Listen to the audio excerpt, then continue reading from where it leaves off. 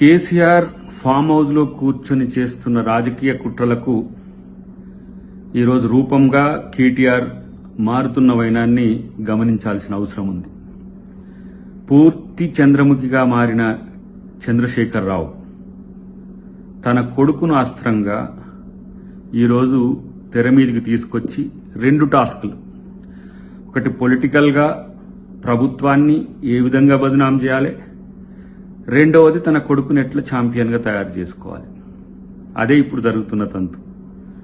దాంట్లో హరీష్ రావు వెనుకబడ్డా, బీజేపీ ముందు పడ్డదా, ఇతరాత్రాన్ని పక్కన పెడితే ఆయన కడుపులో మంటలకు కేటీఆర్ పొగ రూపంలో కనపడుతున్నవైనాన్ని మనం గమనించాల్సిన అవసరం ఉంది.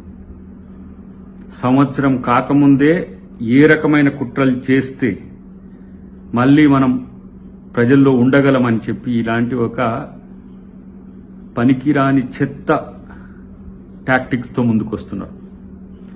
అధికారుల మీద దాడి చేసి కూడా సమర్థించుకునే స్థాయికి దిగజారిన మిమ్మల్ని ఏమనాలనో అర్థం కావట్లేదు. ఏ పదాలు తిట్టినా వేస్టే. ఎవడైనా ప్రభుత్వంలో ఉన్నోడు రాజ్యాంగబద్ధంగా ఈరోజు వచ్చిన ఆఫీసర్ మీద దాడి జరిగి దాన్ని ముందు ఖండించాలి. ఖండించకుండా ఎస్ మేమే చేయించడం అన్న వాళ్ళను మిమ్మల్ని ఏం చేయాలి, డ్రగ్స్ తీసుకుంటారు ఏంటి, ఇంటిపాటిలో డ్రగ్స్ తీసుకుంటే ఏంటి అన్నట్టుగా మాట్లాడతారు. అధికారుల మీద దాడులు చేస్తారు, ఎస్ దాడులు చేస్తామని అంటారు. పైగా 3rd డిగ్రీని తెర మీదకి తెచ్చిండ్రు. సిగ్గుందా మీకేమైనా? నేరెళ్లలో దళితులు, ఇతర బీసీ కులాలకు సంబంధించిన నాయకులు మీ ఇసుక దందాకు అడ్డం వస్తే జీవితంలో కాపురానికి పనికి రాకుండా చేసిన చరిత్ర మీది. ఇదే కేటీఆర్ది, ఆయన తండ్రిది. మీరు 3rd డిగ్రీ గురించి మాట్లాడతారు. ఈరోజు అక్కడ జరిగిన సంఘటనలో ఎవరైతే దాడికి పురిగొల్పినరో, దాడిలో పాల్గొన్నారో వాళ్లకు సంబంధించిన వారి విషయంలో కేసులు పెట్టి ఇమ్మీడియట్ గా కోర్టుకు సరెండర్ చేయడం జరిగింది.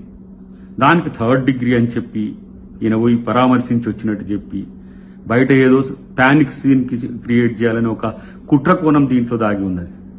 ఇది మీ తాలూకా గతంలో ఏ విధంగా ప్రజల్ని రెచ్చగొట్టి మీరు లబ్ధి పొందినరో, ఏ విధంగా ప్రజలు చనిపోయిన వాటి మీద, శవాల మీద రాజకీయాలు చేసుకొని ఇలా రాజకీయ జీవితం అనుభవించినరో, మళ్ళీ ఇప్పుడు అట్లా తీసుకురావాలన్న కుట్ర ఏమైనా చేస్తున్నారా?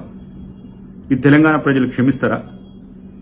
కేసీఆర్ ఇంట్లో వండుకుంటే ఏదో కామ్గా ఇంట్లోనే పండుకుంటాడని ఎవడు అనుకోడు. ఇంట్లో వండుకొని కొడుకును, అప్పుడప్పుడు మళ్ళీ అల్లుణ్ణి కాదంటే కాదని అల్లుణ్ణి, ఇలాంటి కుట్రలు చేస్తున్న పరిస్థితి గమనించాలి. మీకు తెలంగాణ ప్రజల మీద ఏదో కన్సర్న్ ఉన్నట్టు, మీరు తెలంగాణ ఉద్యమానికి మీరే జీవనాడి అన్నట్టు, తెలంగాణ అనేది కేవలం మీకు సంబంధించిన అంశమే అన్నట్టుగా చేస్తున్న ప్రయత్నాలు ప్రజలు తిప్పికొట్టిండ్రు. ఎందుకంటే మీరు తెలంగాణను దోచుకున్నది జీవితంలో ఎవరు మర్చిపోరు. ఇప్పుడు బతుకున్న వాళ్ళు తెలంగాణ వ్యవస్థల విధ్వంసం పక్కన పెడదాం, అసలు మీరు తెలంగాణ పేరు మీద రాజకీయాల్లో మీరు సంపాదించుకున్న దానితోనే ఇలా మళ్ళా ఊరేగుతున్నారు. అదే కొంతమంది ఎవరో మిత్రులను పెట్టుకొని మీడియాలో, అదే కొంతమంది ఏదో సోషల్ మీడియా మిత్రులను పెట్టుకొని ఊరేగుతున్నారు తప్పితే మీ వైపు ప్రజలే లేరు. ప్రజలు లేకుంటేనే మీ నాయకులను రౌడీలుగా మారుస్తున్నారు మీరు. ఇదా రాజకీయ సంస్కృతి?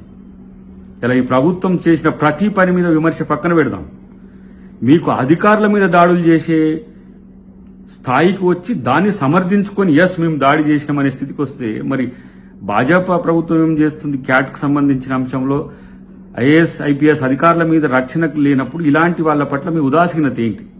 మీరు కూడా ఇలా బీఆర్ఎస్ కార్యాచరణతో కలిసిపోయినరా? వాళ్ళు మాట్లాడే భాష మీరు మాట్లాడుతున్నారా? ఆలోచించుకోండి. డెఫినెట్ గా ఇది కాంగ్రెస్ ప్రభుత్వం సమర్థవంతంగా ఎదుర్కోగలుగుతుంది. రేవంత్ రెడ్డి గారి చుట్టూ జరుగుతున్న సంఘటనలన్నీ కూడా తెలంగాణ ప్రజలు కూడా గమనిస్తున్నారు. తస్మాత్ జాగ్రత్త, ఇది మంచి సాంప్రదాయం కాదు. ఇలాంటి పరిస్థితి వస్తే తెలంగాణ ప్రజలు డెఫినెట్ గా తిరగబడతారు. అది ఆలోచించుకోండి. ప్రజలకు ఆక్రోశం వస్తే దాడులు చేస్తారు, ఎవరి మీదనైనా కోపం వస్తే చేస్తారు. ఇట్లా సగవలుపుతున్నాడు కేటీఆర్ అండ్ కో. ఎస్, రేపు కాంగ్రెస్ కార్యకర్తలకు కూడా కోపం వస్తుంది. మీ మీద అట్నే తిరగబడి దాడులు చేయమని చెప్పాలనా మేము? ఇది ఈ రాజకీయాల్ని పెంచి మీరు ఏం చేయాలనుకుంటున్నారు? దాడుల సంస్కృతిని పెంచడం ద్వారా, లా అండ్ ఆర్డర్ ఇష్యూని తేవడం ద్వారా మీకేంది కార్యకర్తలు చచ్చిపోయినా ఉద్యమకారులు చచ్చిపోయినా ఎవరు చచ్చిపోయినా మీకేం సంబంధం లేదు. ఎందుకంటే మీకు కావాల్సింది మీ అధికారం, మీ హోదా, మీ రాజకీయ అస్తిత్వం. ఇలాంటి 1 ఇయర్ తర్వాత ఇలాంటి కుట్రలకు తెరలేపుతున్నారంటే ఎవరి అండ చూసుకొని ప్రయత్నం చేస్తున్నారు నాకు అనిపిస్తున్నది. కేటీఆర్ నీ యొక్క ఆలోచనలు తెలుసు. ఎందుకంటే ఊరికి నిన్ను అరెస్ట్ చేసేస్తే నువ్వేదో హీరో కావాలనుకుని అరెస్ట్ చేసే రోజు according to rule of law జరుగుతుంది. కానీ లేని కారణాలను ముందుకు తీసుకొచ్చి నన్ను అరెస్ట్ చేయండి అనేది ఎట్లా ఉందంటే డిక్కీ బలిసిన కోడి వచ్చి చికెన్ షాప్ ముందు తొడగొట్టినట్టు ఉన్నది.